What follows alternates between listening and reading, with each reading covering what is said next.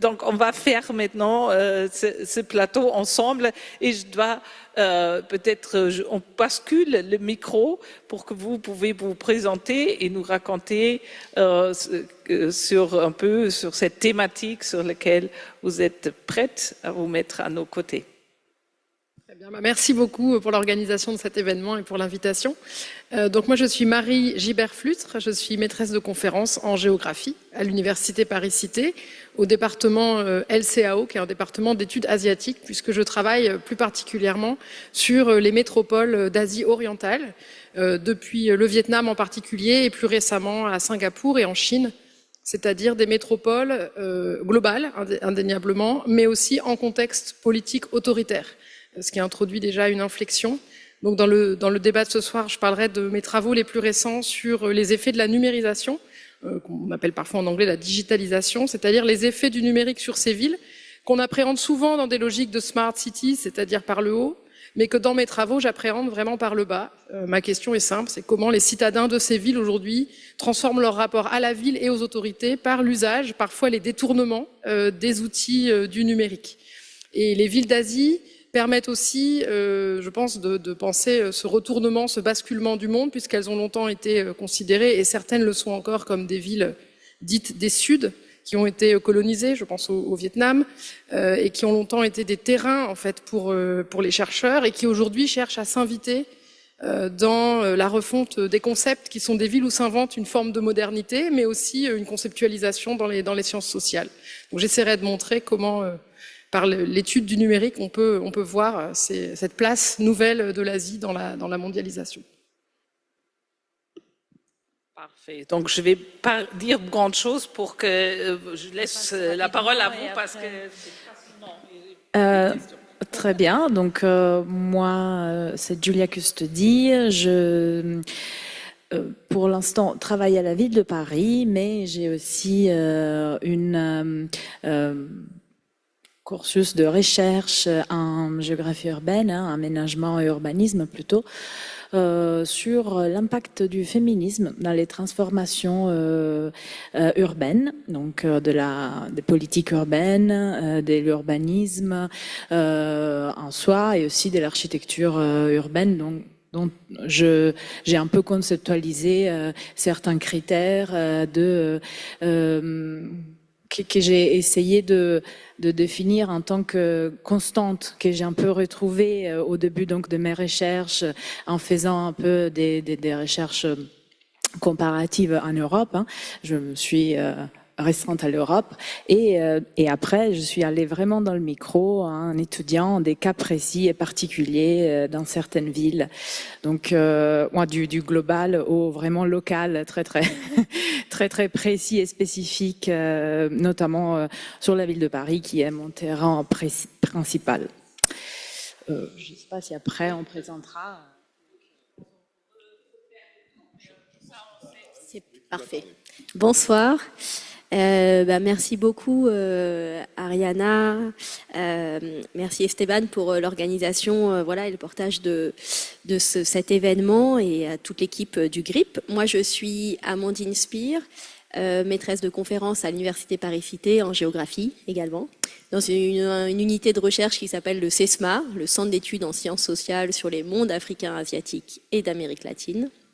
Et je travaille plus particulièrement à l'intersection des études urbaines et migratoires depuis l'Afrique de l'Ouest et également en France, avec des méthodes de recherche qualitative et également de recherche-action.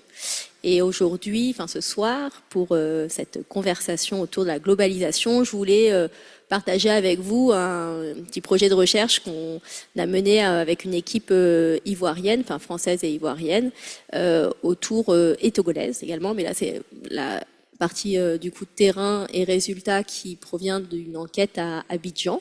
Et j'avais préparé petite courte présentation pour vous présenter quelques éléments de réflexion pour nourrir ce débat sur la ville globale à partir du milieu des gares routières à Abidjan.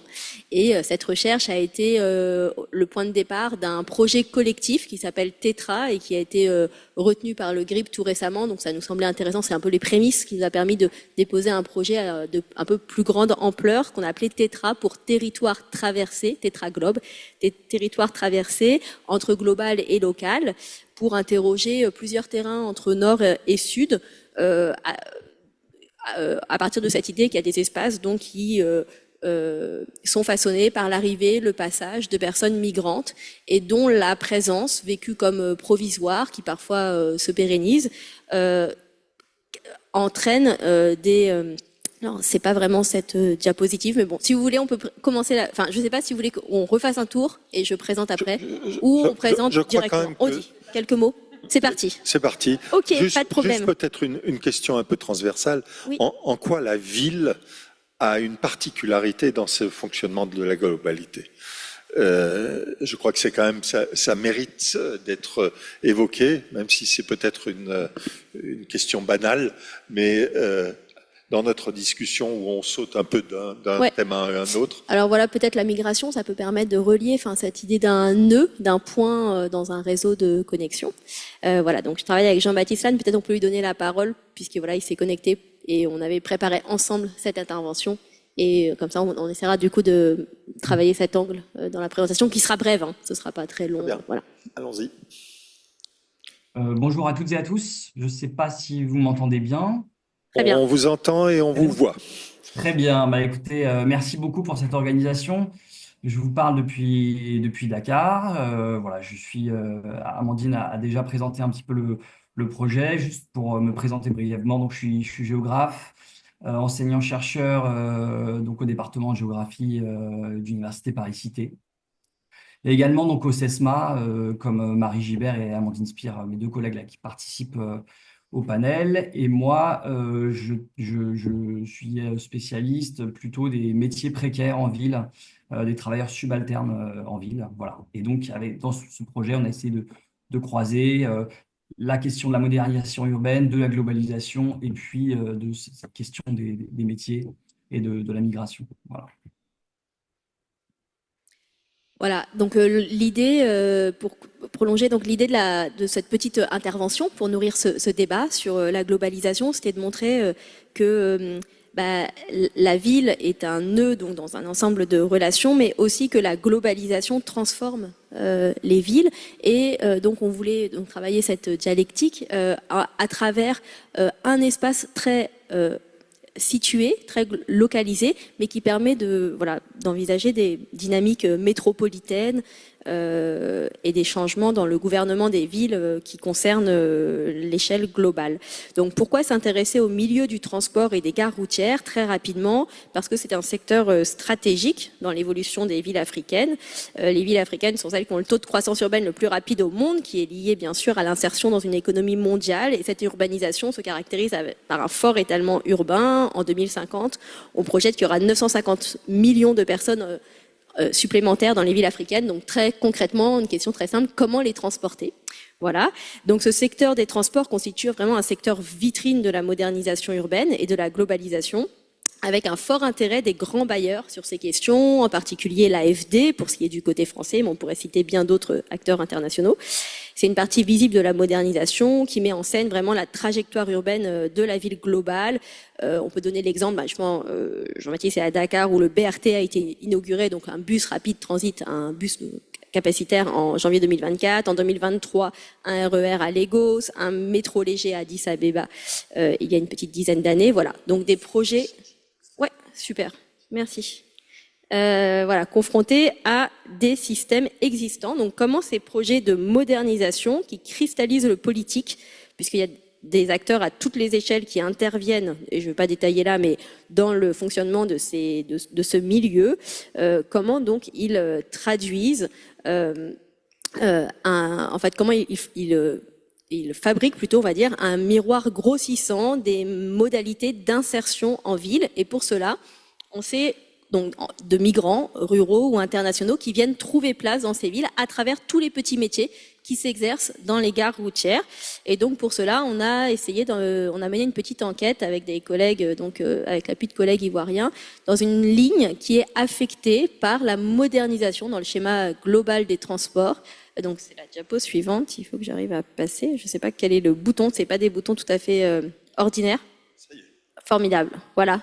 Donc c'est cette petite ligne qui va donc dans la commune de Yopougon à Abidjan, qui est donc à ce transect nord-sud Sable-Koweït, qui est affectée par l'arrivée à venir. Vous voyez la ligne en pointillé, le futur bus en site propre. Voilà, je vais passer la parole à Jean-Baptiste.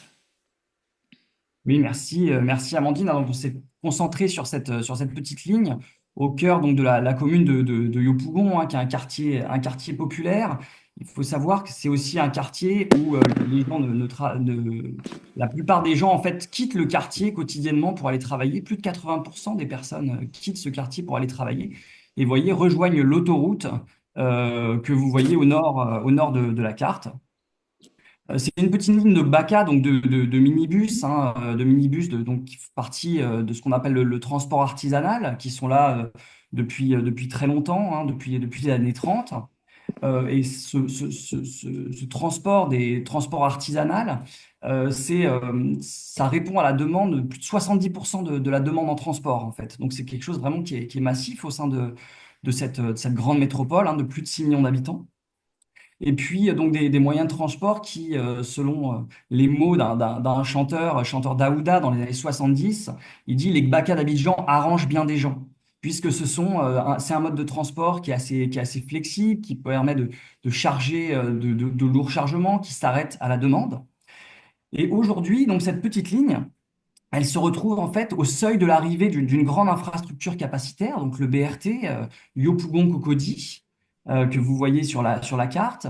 Et l'arrivée de ce nouveau mode de transport, il est piloté donc, par une nouvelle agence métropolitaine, l'AMUGA, donc l'agence de mobilité urbaine du Grand Abidjan, qui a été créée en 2019. Et pour l'AMUGA, intervenir sur cette petite ligne, c'est démontrer sa capacité en fait à remettre en ordre un milieu du transport artisanal et l'ensemble des acteurs en fait qui gravitent autour de ce futur axe structurant. Alors, ils vont le faire, et vous le voyez sur la photo de droite, notamment par la mise en place de petits dispositifs qu'on appelle donc des arrêts minutes, c'est-à-dire qu'ils vont stabiliser en fait les zones d'arrêt de ces Gbaka. Et c'est un dispositif qui sert à imposer de nouvelles pratiques qui sont jugées plus professionnelles, selon des normes de la modernité. Il s'agit aussi, et vous le voyez, la première photo en haut à droite, il s'agit aussi de rendre visible en fait l'autorité de cette nouvelle agence auprès des travailleurs. Donc, ils vont coller des étiquettes, des affiches de cette nouvelle agence des transports. Et il faut bien comprendre que le but de la MUGA, c'est d'asseoir d'abord la légitimité auprès des travailleurs de cette petite ligne, mais aussi auprès de d'autres acteurs, notamment le district autonome d'Abidjan ou les autres communes de la métropole. Alors, ce système de mise aux normes, est-ce que vous pourriez peut-être changer la slide suivante, s'il vous plaît? Je n'ai pas du tout la main sur… Voilà, merci beaucoup. Cette opération, en fait, de remise en ordre d'un espace, d'un milieu professionnel, elle va se surimposer à un ensemble, en fait, de normes déjà là et à un milieu socio-professionnel qui est déjà très codifié et hiérarchisé. Alors, vous le voyez, vous avez une hiérarchie descendante entre des acteurs qui vont avoir la main mise à la fois sur la ligne. Ça va être les syndicats, les chefs de ligne, et sur, on va dire, le capital principal qui est le véhicule, ça va être les propriétaires. Et puis, en bas de l'échelle hiérarchique, de l'échelle sociale, vous avez ceux qui ont le moins de compétences ou le moins de ressources à faire valoir, et notamment les apprentis. Les apprentis, ce sont les jeunes qui sont chargés d'encaisser l'argent et de faire monter les usagers dans les véhicules. C'est ce qu'on appelle, ce que Sissoko appelle une économie des miettes, c'est-à-dire que les personnes qui sont en bas de la chaîne, les travailleurs qui sont en bas de la chaîne, en fait, ne sont payés qu'une fois les syndicats, les chefs de ligne, les propriétaires de véhicules payés. Voilà. Et ils se payent sur les miettes. et il ne se paye évidemment pas tout le temps. Pour autant, c'est un milieu qui est très codifié, qui pense aussi la mobilité sociale, puisque des apprentis peuvent petit à petit, s'ils ont fait leurs preuves, devenir chauffeurs. D'abord, ils deviennent deuxième chauffeur, ensuite ils deviennent premier chauffeur. Et donc, c'est un milieu qui a ses normes, qui sont très solidifiées, qui se caractérisent bien sûr par la dureté de ces rapports sociaux, mais aussi par des logiques d'entraide, de mobilité sociale, de solidarité, de parrainage. Et alors, la MUGA, en fait, sur cet ensemble de normes, va engager un processus que cette agence dit participatif, mais avec un certain nombre d'acteurs seulement. Hein, ça va être ce qu'on appelle un gouvernement par le tri, d'accord? C'est-à-dire que ils vont sélectionner uniquement des acteurs qui possèdent soit une forme de capital économique, par exemple les propriétaires, ou des compétences qui vont être reconnues, sanctionnées par un diplôme, comme les chauffeurs qui ont un permis de conduire. Et ce gouvernement par le tri, il est avant tout guidé par des rationalités qui sont des rationalités pragmatiques, d'efficacité, de fonctionnalisme. Il faut pouvoir identifier des interlocuteurs assez précis, fixes, pour permettre la rationalité derrière tout ça, c'est que la gestion du flux des passagers soit assurée. Et en fait, le milieu de la gare routière et le milieu du transport artisanal qu'on observe à travers cette petite ligne, elle ne va pas du tout être comprise pour autre chose qui pourrait être, par exemple, des espaces d'insertion et de maintien en ville, voire de projection vers d'autres espaces de certaines catégories de citadins populaires, de citadins qui sont fragiles, les populations flottantes en ville. Alors, quels vont être les bas-côtés, en fait? Quels vont être les espaces? Quelles vont être les logiques qui vont être mises de côté par cette rationalité de modernisation? D'abord, le rôle de la gare routière comme seuil, c'est-à-dire des espaces d'absorption des arrivées en ville grâce à un espace qui propose des petits métiers journaliers pour les jeunes, par exemple, issus des campagnes, des jeunes qui sont en situation de rupture familiale ou scolaire, mais aussi un espace et un milieu social qui peut être considéré comme refuge, c'est-à-dire que c'est un espace en fait où les travailleurs, en faisant l'acquisition, par exemple, de compétences, de ressources, de réseaux, vont pouvoir se projeter vers d'autres mondes qui sont proches, notamment, par exemple, le monde des transports à l'échelle régionale.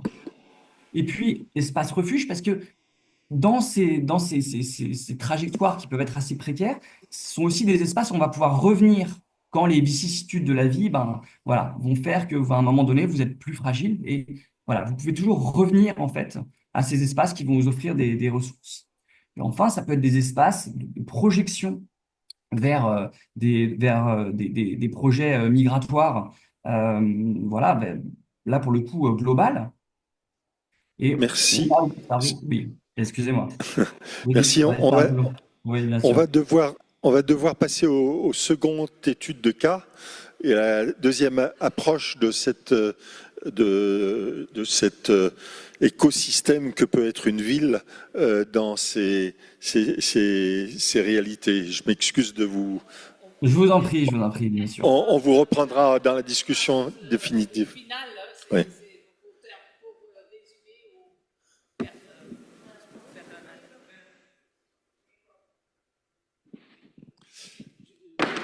Voilà. Non, c'était, voilà, pas en vous coupant la parole, mais en vous invitant à une phrase terminale ou un résumé de l'appel pour après donner la parole à la collègue, votre collègue. Donc, est-ce que vous voulez encore faire une phrase de conclusion? ou une conclusion ou Oui, parce que, tout à fait. Alors oui. vraiment, en une phrase, c'était juste pour vous dire qu'on analysait cet objet un peu de gare routière où, si vous voulez, il y a deux globalisations qui se rencontrent. D'une part, une globalisation par les normes, l'arrivée d'un nouveau mode de transport qui ancre complètement Abidjan dans la ville globale. Et puis, une globalisation qui est celle des circulations plus discrètes. Des circulations aussi, on pourra en parler, mais aussi des marchandises.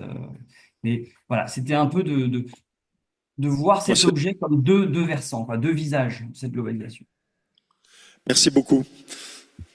Oui, donc j'enchaîne avec l'étude de cas sur les impacts du féminisme. J'ai une petite présentation et je voudrais bien aussi la télécommande. Donc, alors, je suis pas du tout spécialiste alors de globalisation et j'ai essayé de faire donc le travail de non, du coup c'est ça. Yes. D'insérer mes recherches sur le gender mainstreaming, l'architecture urbaine et l'impact du féminisme à l'intérieur d'une vision plus globale. Et ce qui m'est venu à l'esprit, c'était qu'en début de mes recherches, en 2019, donc j'avais commencé par une cartographie dans laquelle j'avais repéré en Europe, hein, surtout parce que il n'y a pas vraiment beaucoup de cas d'approche genrée dans des villes dans d'autres parties du monde. Il y en a quelques-uns, mais comme j'ai une approche sur l'architecture principalement, il n'y en avait pas. Je peux penser par exemple à des cas en Inde, à des cas à Montréal, à des cas en Amérique du Sud. Typiquement, il y a des travail sur les arrêts des bus pour les femmes, en Inde sur des bus séparés femmes-hommes, à Montréal d'autres cartographies genrées. Il y a ailleurs dans le monde des espaces. Moi, j'ai essayé de me concentrer sur l'Europe pour arriver vraiment, comme je vous avais dit, à quelque chose de plus fin, des traits spécifiques à l'architecture, aux mécanismes qui font la transformation de la ville occidentale. Et comment le féminisme peut influencer et comment. Donc, je suis allée à partir de ces terrains. J'ai tranché des terrains beaucoup plus spécifiques, beaucoup plus précis, dans lesquels j'ai vraiment travaillé pendant plusieurs années avec des enquêtes, des analyses des terrains. Donc Vienne, Paris, Les Havre et Bologne sont pour moi, je les identifiés comme de l'architecture urbaine genrée, dans laquelle physiquement l'espace a été transformé selon des principes qui ont intégré des questions de genre. Après, il faudrait voir aussi, il y a tout plein de détails à l'intérieur à voir, et je les ai aussi mis en système avec deux critères que je trouve qui font un peu une polarisation, donc en opposition peut-être l'un et l'autre.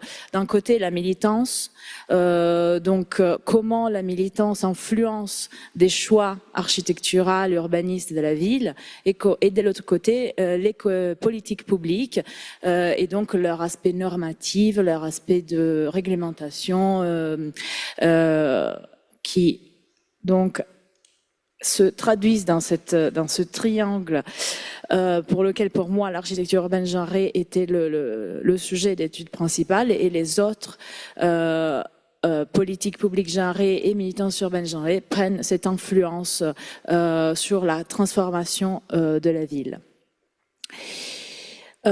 Donc, effectivement, gender mainstreaming, donc l'aspect de politique, des normatifs, est quelque chose qui vient d'un cheminement plutôt global, hein, la décennie des Nations Unies 1976-1985 sur les questions de la femme, hein, je cite, j'aurais jamais écrit ça moi, femme au pluriel, c'est au moins au minimum. Et dans lesquels, en gros, l'idée c'était d'intégrer le genre dans tous les domaines, donc droit, santé, sport, travail, et à l'occurrence, ce qui m'intéresse ici, l'accès à l'espace urbain, dont on a vu la production dans les années suivantes de plans de manuels, de plans d'urbanisme à Berlin, comme en Espagne, à Vienne et en France, avec des guides référentiels qui aujourd'hui sont à leur 3e édition pour la ville de Paris d'ailleurs, parce que la ville évolue aussi dans sa façon de prendre en compte ces questions. Et de l'autre côté, donc cette influence féministe, militante, qui fait également la critique du gender mainstreaming d'un côté et la critique d'une approche universaliste et ce regard situé qui est finalement vraiment à l'opposé pour comment moi et ce serait intéressant de discuter à l'opposé d'une vision globale, mais finalement peut-être que c'est à l'opposé d'une vision universaliste et que je confonds n'étant pas du tout experte de la matière. Donc, pour ce qui est des politiques genrées, bon, après, là, je vais un peu vite parce que je ne sais pas combien de temps j'ai et j'ai envie d'un dialogue. Donc, je vais plus sur les aspects de architecture urbaine genrée et comment se transforme dans les faits la ville sous ces influences. Donc, je me concentrerai sur le programme, que c'était un programme pilote, un peu le pionnier à Paris, dans lequel il y a eu des analyses genrées inscrites vraiment dans le cahier de charge de la ville. Avec ces différentes places qui ont eu toute une approche différente parce que les équipes étaient différentes. Donc finalement, approche genrée, mais quand on va regarder même dans la subtilité, dans la finesse de chaque place, tout ont répondu de manière différente. En particulier, j'aime citer l'exemple de Place des Fêtes parce que ça montre comment ça a été une volonté, ça a été une politique volontariste de la ville d'intégrer ces questions de genre, et les architectes et les urbanistes ont été plutôt froissés et agacés de se retrouver face à ces questions. Qui ne connaissaient pas du tout en 2016, quand il y a eu ce premier projet. Et que finalement, on trouvait très intéressant de jouer le jeu, de travailler sur ces questions, et on trouvait des solutions intéressantes qui ont changé physiquement certains choix qui ont façonné du mobilier urbain, par exemple, plus l'écoute d'une partie de la population que finalement on s'est rendu compte qu'on n'écoutait pas assez, on n'écoute peut-être pas assez, donc les jeunes filles. Et donc, au-delà de tout ça, il y a des risques dans ce type de projet parce qu'il y a des risques idéologiques.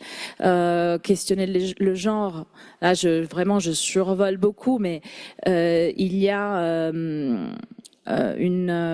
vraiment plusieurs féminismes. Aujourd'hui, on ne peut pas parler d'un seul féminisme. Il y a plusieurs féminismes, il y a plusieurs manières de prendre en compte le genre entre les femmes et les hommes. Est-ce qu'il faut accepter un cadre binaire? Est-ce que jusqu'à quel point on va tomber dans des stéréotypes? Donc, en interrogeant les femmes seulement pour les questions en tant que mère, en tant que personne qui s'occupe des autres, donc dans leur rôle de care. Ou est-ce qu'on interroge plutôt des êtres humains avec leur individualité? Donc les études de genre, d'un autre côté, problématisent tout ça, et cette influence des théories féministes, cette influence du militantisme permet de nuancer le gender mainstreaming que finalement peut devenir très stigmatisant. Ce qui est peut-être intéressant dans cette approche qui est un exemple, c'est quand même comment les villes au niveau global s'entraident, comment ces éléments se suggèrent et deviennent des politiques de ville sur la base d'exemples qui sont dans d'autres villes, etc. etc. Je pense qu'on est là vraiment dans un exemple positif de ce que peut être... Et c'est très intéressant de voir peut-être la différence entre cette manière dont les grandes villes agissent dans cette coopération presque pour essayer de faire évoluer à tout niveau leur ville. Et puis, si on le compare avec les nations qui sont là beaucoup plus, je trouve, conservateurs et mises en compétition. Et je crois que la ville de Paris est là assez exemplaire dans cette manière de se dire il y a des problèmes qu'on a là et on va essayer de les partager sur un plan international. Oui, tout à fait. Effectivement, les planifications, les guides référentiels de la ville sont disponibles en ligne gratuitement. Il y a un travail de questionnement, il y a un travail opérationnel aussi pour les services publics, pour comment vraiment typiquement prendre en compte le genre. Typiquement, aujourd'hui, je travaille toujours pour la ville de Paris et je travaille sur des questions de lumière. Je travaille des questions d'éclairage et d'un point de vue de nuisances lumineuses, donc pollution, je suis à la transition écologique, et d'un point de vue, donc, on peut pas non plus ignorer qu'il y a une question de sentiment de sécurité intramuros, et les deux vont ensemble, et on y travaille en faisant réseau, donc c'est plutôt positif, ouais. Donc voilà. Là, justement, j'ai terminé. Non, mais c'était très intéressant et c'est aussi là où je termine parce que d'une certaine manière, les perspectives dans un monde global pour ces questions de genre. Ça m'intéresserait que ça puisse évoluer et porter plus de recherches dans la transformation des villes dans ce domaine finalement. Mais j'en connais pas et je suis ouverte à la discussion s'il y en a qui connaissent. On va me mettre en relation avec. Grand merci. Merci à vous. Peut-être on passe au dernier. Oui, alors peut-être pour démarrer, je repartirai de la question transversale sur le lien entre ville et globalisation, parce qu'en Asie, c'est particulièrement heuristique. En fait, c'est quasiment un cas d'école. Si on prend ne serait-ce que la Chine et le Vietnam, c'est des États qui ont été communistes, et pendant le communisme, la ville était freinée dans son développement, mal vu, associé à l'idée du capitalisme. On a limité la croissance des villes pendant ces périodes avec des outils législatifs très forts, comme le carnet de résidence, qui maintenait dans les campagnes les populations. Et au moment où ces deux États, alors avec des chronologies décalées, mais au moment où ces deux États s'ouvrent à la libéralisation sur le plan économique, c'est le moment où on réhabilite la ville. Et les villes vont se mettre à croître de manière extrêmement rapide et devenir des moteurs pour l'économie, mais aussi des moteurs en termes de production d'imaginaire. La ville, c'est aussi c'est la réalité très concrète, matérielle, c'est les activités, mais c'est aussi un imaginaire de plus en plus globalisé et qui circule, dans lequel l'Asie, je voyais la question juste devant moi, qu'est-ce qui a changé dans les 25 dernières années ?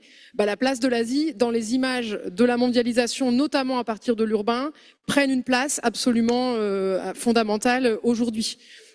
C'était des villes qui étaient les ateliers du monde, qui ont accueilli d'abord des fonctions de production. C'est là où sont la plupart des vêtements qu'on porte encore aujourd'hui. C'est là où sont façonnés les smartphones qu'on utilise. Mais aujourd'hui, ça devient aussi des lieux de création, d'innovation et de production d'imaginaire. Et le numérique, là-dedans, est évidemment un moteur très, très important. Une ville comme Singapour, par exemple, est devenue un modèle du genre, notamment dans la gestion urbaine assistée par le numérique. Pour le meilleur et pour le pire, évidemment. Mais en tout cas, donc l'Asie illustre bien la place qu'occupent les villes comme moteur économique et producteur d'imaginaire. Néanmoins, même quand on étudie des phénomènes globaux, donc moi j'étudie l'usage du numérique, c'est vraiment quelque chose de très globalisé, c'est tenu par que ce soit les firmes qui produisent les appareils ou les grandes entreprises associées au numérique sont des firmes intrinsèquement globales, des multinationales, d'abord plutôt américaines, on pense aux GAFAM, mais aujourd'hui la montée en puissance à nouveau de l'Asie avec le réseau TikTok par exemple, qui est l'un des réseaux sociaux les plus développés sur la planète. Donc à la fois c'est des phénomènes globaux, mais ce qui est intéressant, c'est que quand on les étudie de manière située, dans les villes, dans les quartiers, on se rend compte que les mêmes causes n'ont pas partout les mêmes effets et il y a un rôle très important des sociétés dans lesquelles arrivent ces outils. J'en développe plusieurs exemples dans mes travaux. J'étudie d'abord ce qu'on appelle l'urbanisme de plateforme ou l'économie de plateforme. Donc ça, c'est quelque chose qui est devenu absolument banal dans notre monde, où qu'on aille, si on sort tout à l'heure un peu tard, on peut commander un chauffeur Uber. Et il y a le même chauffeur un peu partout sur la planète avec des firmes un peu différentes. De manière générale, le regard qu'on porte sur cette plateformisation de l'économie urbaine, en tant que chercheur en sciences sociales, a tendance à être plutôt critique, puisqu'évidemment, cela détricote le droit du travail. Quand vous êtes un travailleur de plateforme, vous n'avez plus de salaire fixe, vous n'avez plus de droits, vous payez votre assurance, vous payez votre outil de travail, et vous êtes à la merci finalement de la demande du client, et vous travaillez pour une plateforme qui, elle, ne produit pas de service, qui produit de l'appariement, c'est-à-dire qui met en relation. Donc ça, c'est une vision qu'on voit beaucoup. et on est isolé. Ça fait partie des images un peu d'Épinal. Et puis moi, j'arrive au Vietnam, ça fait un moment que j'y suis, sauf que sur les dernières années, moi, je prenais toujours des chauffeurs de moto-taxi, donc des chauffeurs informels, que j'appelais, avec qui je négociais un peu le prix de la course.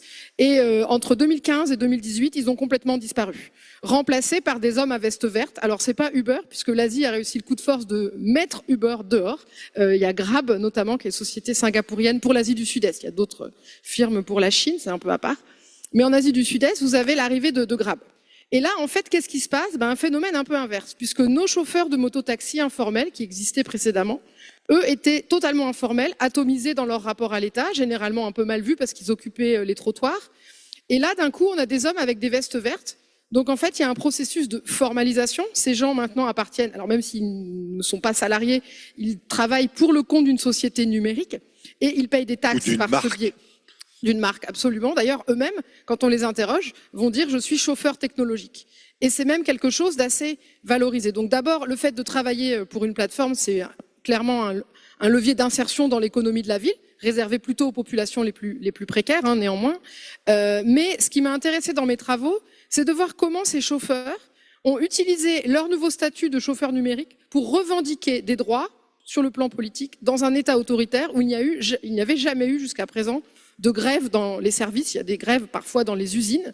Et là, en 2010, puis de nouveau en 2018, puis en 2020, il y a eu des grands mouvements de grève avec des manifestations dans la rue avec des chauffeurs qui ont réussi à occuper l'espace public parce qu'ils n'attaquaient pas frontalement l'État, ils attaquaient en fait une firme internationale qui elle-même avait monté les commissions parce qu'il fallait payer des taxes à l'État. Donc c'est ce que j'appelle dans mes travaux le problème à trois corps, en reprenant ce grand titre de la littérature chinoise. En fait, on n'est plus dans un face-à-face entre des chauffeurs informels vis-à-vis d'un État autoritaire. On a un troisième corps, alors j'emprunte ça aussi à la physique théorique, dans le problème à trois corps, à deux corps avec les théories de Newton. Vous avez deux masses et vous pouvez prédire leur trajectoire. Je n'irai pas plus loin dans l'explication.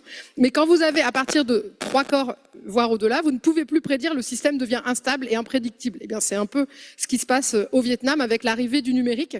En fait, on a des chauffeurs qui ont monté des grèves et qui se sont organisés collectivement. Donc il y a une subjectivisation politique aussi qui se met en place. On revendique des droits, notamment dans l'accès à l'espace public. Et pour vous dire à quel point ce phénomène est situé, vous allez à Bangkok, quelques centaines de kilomètres de Ho Chi Minh Ville où je travaille, dans le contexte thaïlandais. Grab est arrivé à peu près en même temps. Sauf que là, les chauffeurs informels qui préexistaient étaient tellement organisés et territorialisés qu'ils ont vu d'un très mauvais œil l'arrivée de ces chauffeurs numériques et ont réussi à les faire qualifier, eux, de chauffeurs informels.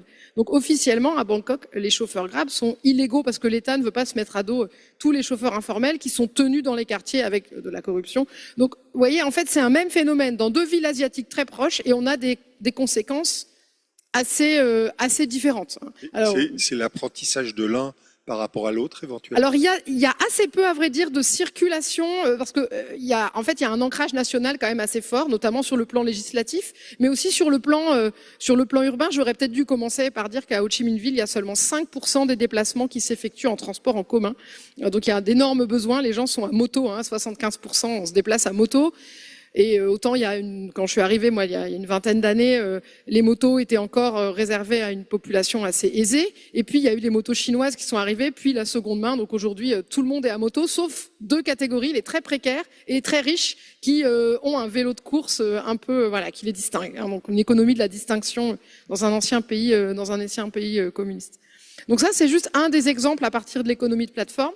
Mais je travaille aussi à l'échelle vraiment des quartiers. L'une de mes questions de recherche, c'est comment les quartiers vietnamiens sont transformés par les outils numériques globaux, notamment une enquête avec le développement de Airbnb dans un quartier vietnamien, et à nouveau avec des effets. À la fois, on a les tendances qu'on voit à l'échelle mondiale, notamment la professionnalisation de cette mise en location, mais aussi des choses plus inattendues et un renforcement des liens de voisinage qui va à nouveau à l'encontre de ce qu'on observe plutôt dans les pays occidentaux où il y a le plus d'études, parce que on va mettre sa maison en location si on est sûr, alors qu'on n'est pas là la journée, que le voisin peut veiller au grain, parce qu'on n'est jamais sûr de qui on va avoir chez soi.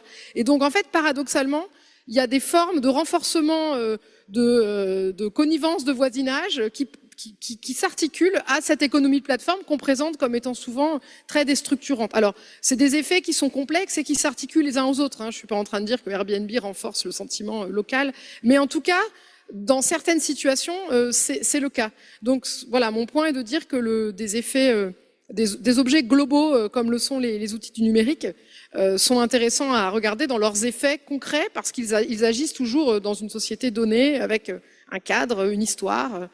J'étudie aussi la manière dont les réseaux sociaux peuvent être détournés par les citadins, hein, notamment les comptes Facebook qui sont des lieux où se réinventent par le biais de l'humour, par le biais des mèmes, des nouvelles manières de dialoguer avec des États autoritaires qui l'ont bien compris d'ailleurs puisqu'ils contrôlent de plus en plus la parole sur ces outils. Mais au-delà de la parole, aujourd'hui, il y a la circulation d'images et donc les mèmes, par exemple, voilà, permettent. Et puis on a ce qui se passe depuis une quinzaine de jours maintenant, enfin, en Chine, toutes les nuits.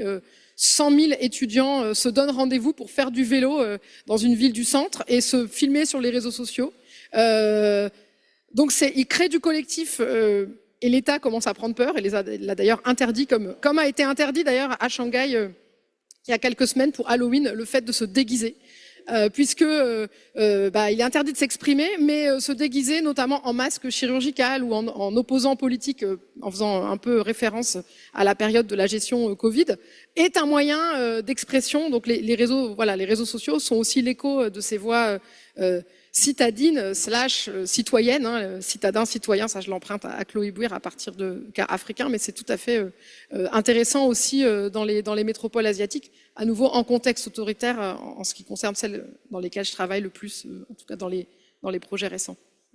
Il est vraiment intéressant dans ces trois positions qui étaient présentées et cette relation entre des actes informels, dans ces forces informelles de rassemblement à cause de précarité qui réunit peut-être la nécessité d'inventer dans le contexte transport pour le premier exemple, dans la question le rôle des femmes également avec des stratégies militantes de réfléchir à récupérer les espaces et dans le troisième exemple, dans cet informel qui essaye de se rassembler à travers cette force aussi de nombre et d'invention. Si j'entends, c'est comme il y a toujours ces forces autoritaires, il y a aussi une nécessité, une pression aussi d'invention des nouvelles méthodes et formes, mais ça donne en même temps un petit peu d'espoir que dans ces formes informelles et peut-être aussi des actes solidaires, mais ça serait intéressant de réfléchir. Est-ce que c'est une solidarité long terme ou est-ce que c'est temporaire et quelle forme ils ont?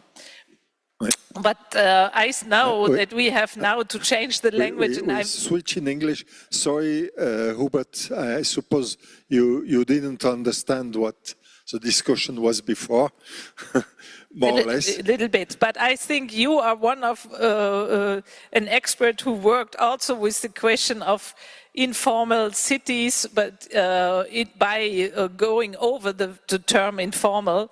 But we just had now 3 examples here of the, I would say, of the power of informal, but also of the struggles of this power of invention and creativity, which is often a form developed because suppression is very present and invention is necessary. But in another way, how the population deal with the globalization. No? Mm-hmm. So could that be an entrance for your position taking? Yeah. Yes. Okay. In English then, no? If that's good for everybody.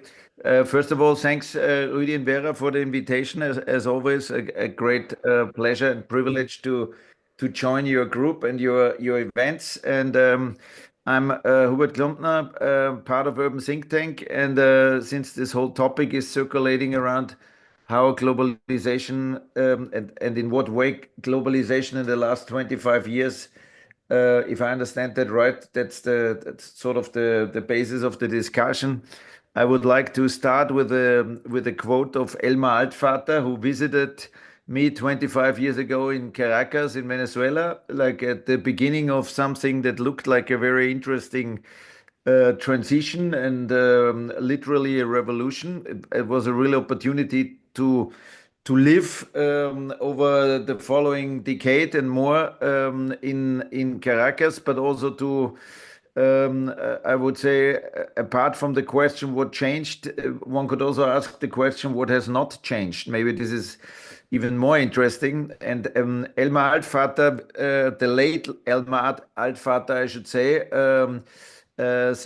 sociologist from Berlin, he came to present a lecture at the Universidad Central de Venezuela, and he presented his view on society at the moment. And his thesis was that our society stands on a sort of a tripod, right? You need 3 points to be stable. Otherwise, 2 points you flip, 1 point doesn't stand. And at that time, 25 years ago, to his idea, it was globalization, informalization, and urbanization, which were the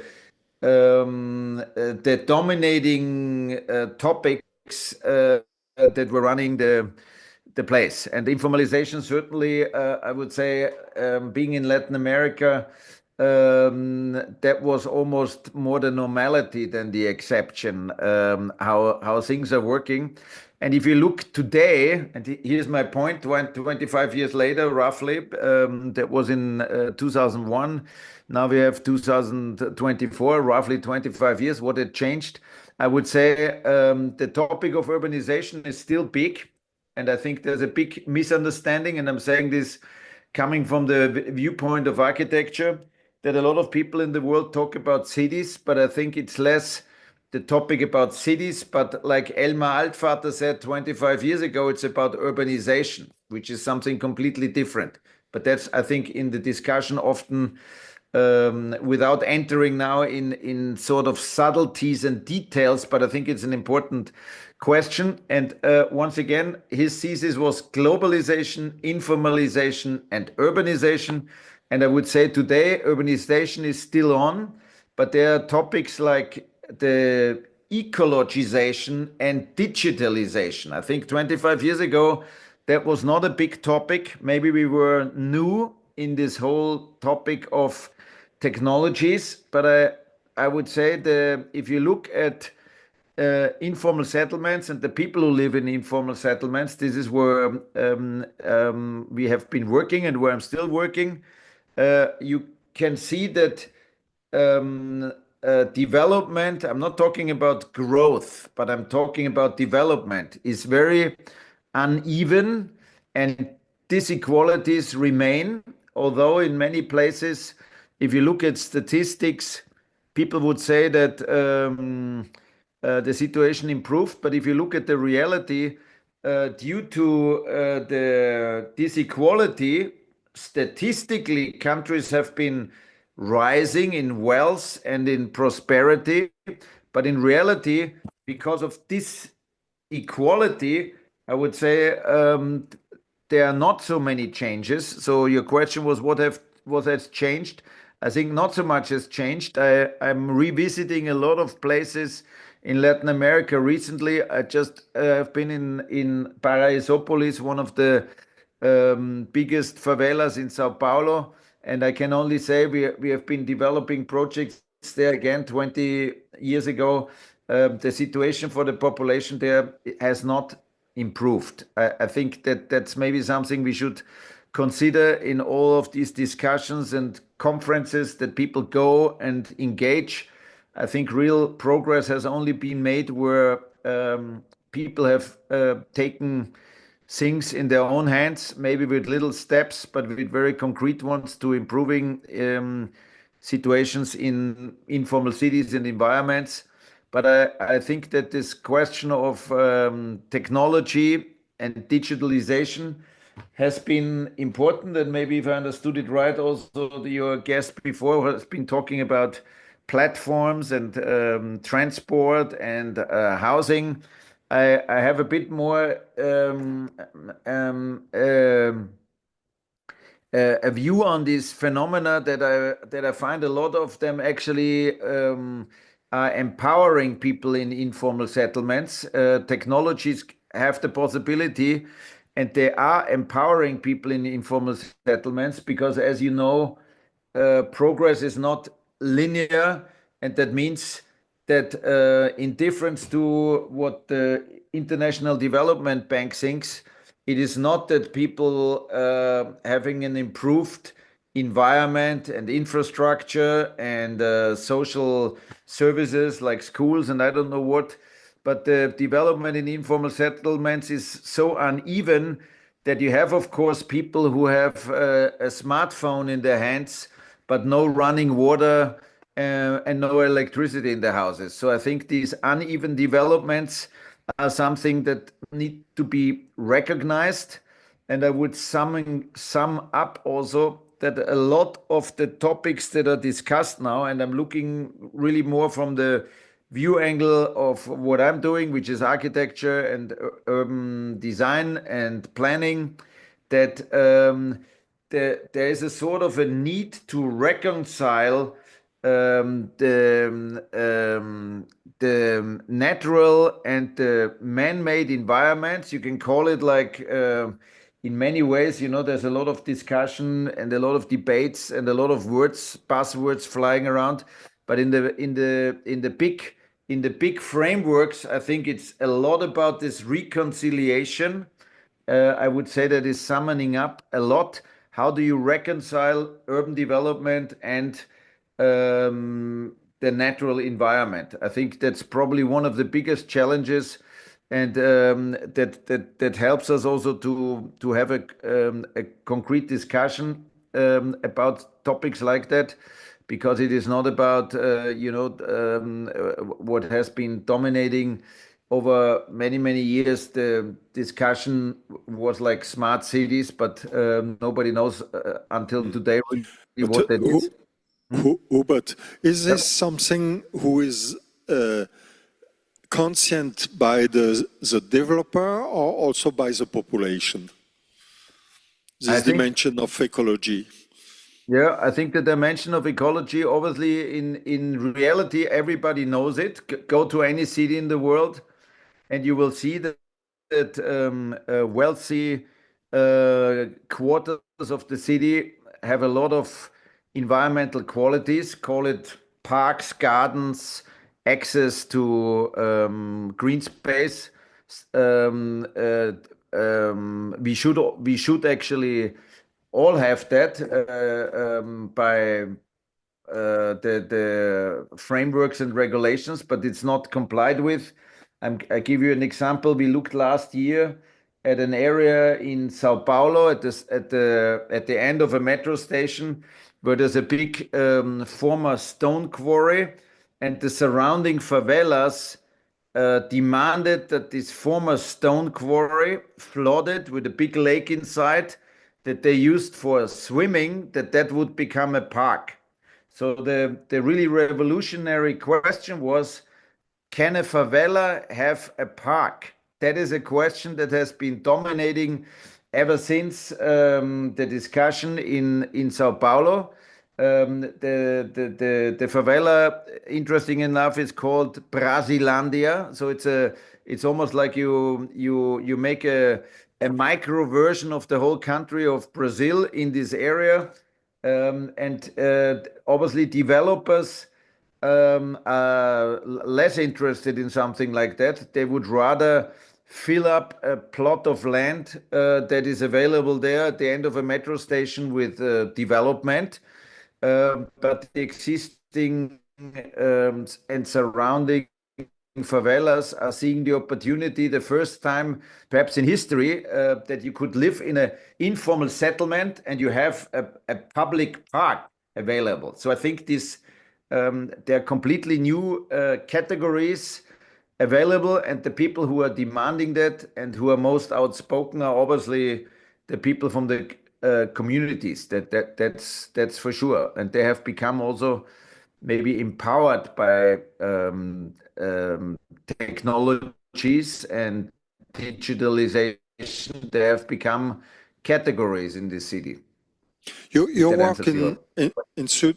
work in South America and same time in Central Europa or East Europa. Did you see some relation? We have 1 minute, huh? So Yeah. did Yes. you see this globalization in the way of this informality or this city planning way? Yes, maybe very quickly. I think at the end of the day, we are learning today in the Western world, or we are teaching the Western world from the vantage point of informal cities, how resilient urbanism can work. Because given, I think this whole question of informality is probably also suspended after the realization of the last couple of years and the environmental and climate challenges. We know what the Western world has done is actually not working. And then it might be a big advantage to be in an environment which is still underdeveloped, because you can create alternatives. And I think that's probably the message. Today, we need alternatives. The privilege of thinking that the model of the Western world might be applicable for the rest of the world, I think that is a thing from the past, and that creates a completely new level playing field to discuss how urban development should look like. And that's probably one of the very big questions that I see. Thank you. Thanks a lot, Hubert, and see you soon, Friday. Yes. And we close this hour. Surely we can make a 24 hours about city and globalization, because the topic is very, very important, but will be probably the same in each hour. So thanks for this. The format is really a little bit brutal, but what I heard here from all the interventions, I think this is a very important aspect, and we will speak about this. Because all this creative power from those who are in a precarious situation, how can we in a global thought, planetarian thought, find forms to finance, to support this form of energy and logic, and not to kill it, as we have heard and we know this even here, Entre-Aides, etc. So much initiatives are invented, and we have to find new forms. And there I come back to Dudu Dien, to deconstruct this kind of global power logic, which is coming from an Occidental paradigm of economy. But as we have seen, this force of survival is so strong, but it needs solidarity, local solidarity, but maybe also international solidarity. So thank you very much.